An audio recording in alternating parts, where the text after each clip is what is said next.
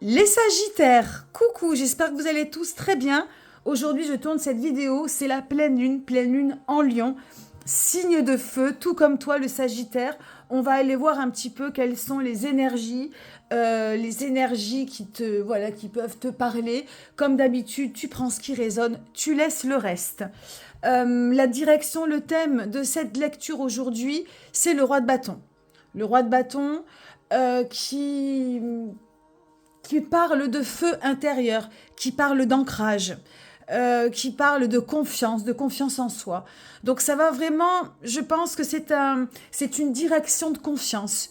Tu as peut-être besoin en ce moment de raccrocher les wagons, de reprendre du pouvoir sur ton intériorité, sur ta vitalité, sur ton ancrage, sur ta vie intérieure et qui va avoir évidemment des conséquences sur l'extérieur. Et ce pouvoir, on va voir peut-être comment tu vas pouvoir le reprendre de l'intérieur, hein, bien évidemment. Il ne s'agit pas ici de le reprendre de manière, comment dirais-je, en force, mais plutôt de le travailler de l'intérieur par l'ancrage, par la confiance, par l'estime de soi, avec une bonne vitalité, etc. Donc ça, c'est le thème. L'énergie principale actuelle, si ça te parle, c'est la 7 de bâton. Donc la 7 de bâton, on est dans un travail. Alors peut-être qu'actuellement, tu es face à un combat. Tu mènes un combat contre une maladie, peut-être contre toi-même. Il y a peut-être voilà, une espèce de... ou une relation dans ton travail, quelque chose qui s'oppose. Et tu dépenses dans cette énergie beaucoup de... Pardon, dans ce combat et dans cette adversité, tu y dépenses beaucoup d'énergie. Excuse-moi, c'était dans ce sens-là que je voulais faire la phrase. Donc ça peut occasionner beaucoup de fatigue, beaucoup de tension, beaucoup de pression. Et tu perds l'énergie. Peut-être tu peux perdre à certains moments le contrôle. Pour d'autres Sagittaires, ça peut être très fluide et tu peux être au cœur de ta créativité, au cœur d'une forte inspiration et à ce moment-là, c'est cool. Il faut savoir que on traverse pas tous les mêmes énergies. Certains vont traverser l'énergie positive et d'autres vont traverser l'énergie négative, mais en tout cas, dans tous les cas, c'est OK. Hein, le beau temps vient toujours après la pluie et il y a toujours un mal pour un bien. C'est toujours, toujours, toujours ce qu'il faut se dire. Donc voilà, actuellement, 7 de bâton, une force qui est peut-être pas utilisée à bon escient. Hein, je vais parler pour ceux qui ont peut-être le côté de la carte un petit peu plus négatif. On va aller voir le pas d'après. Le 7, ce qu'il faut savoir avec les 7, c'est qu'il y a une espèce de distribution. On reçoit, on donne, on reçoit, on donne. Donc là, est-ce qu'il y a une bonne réception ou au contraire, est-ce qu'on est à flux tendu, à couteau tiré? Le pas d'après, c'est la 3 de coupe.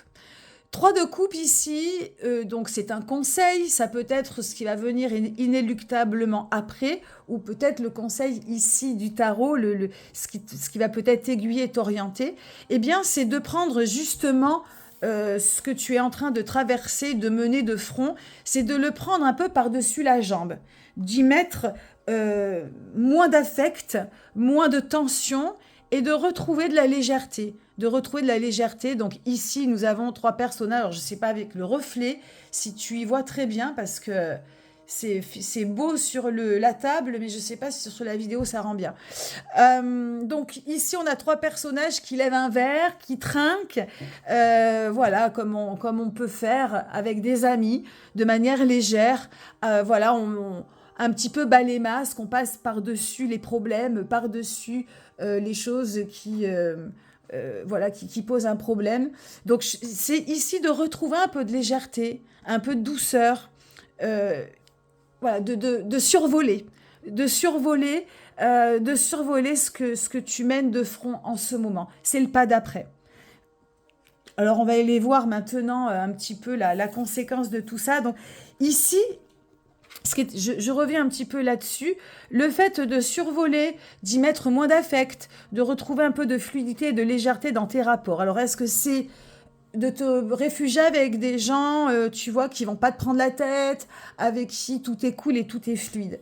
Tout ça, pourquoi? Je pense que c'est pour désamorcer ton point de tension et pour aller finalement t'ancrer, pour finalement retrouver ton ancrage, retrouver ton estime de soi, retrouver ta confiance, retrouver une certaine sécurité.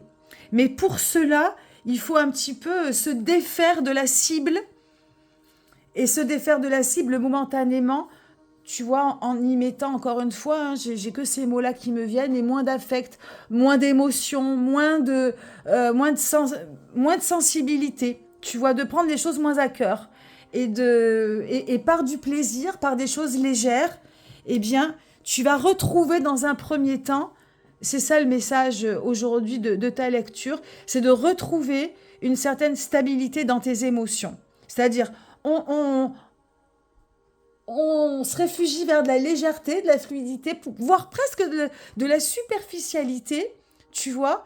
On détourne le regard des choses difficiles pour retrouver finalement une confiance, une autre confiance. Alors avec les gens que tu aimes, hein, les gens que tu souhaites, et de retrouver, voilà, je pense que ça va passer, cette stabilité, retrouver ton feu intérieur, retrouver ton ancrage, va passer par retrouver des émotions stables, des sentiments stables, un amour pour toi, tu vois, tangible, sécurisant, sûr, réconfortant, doux.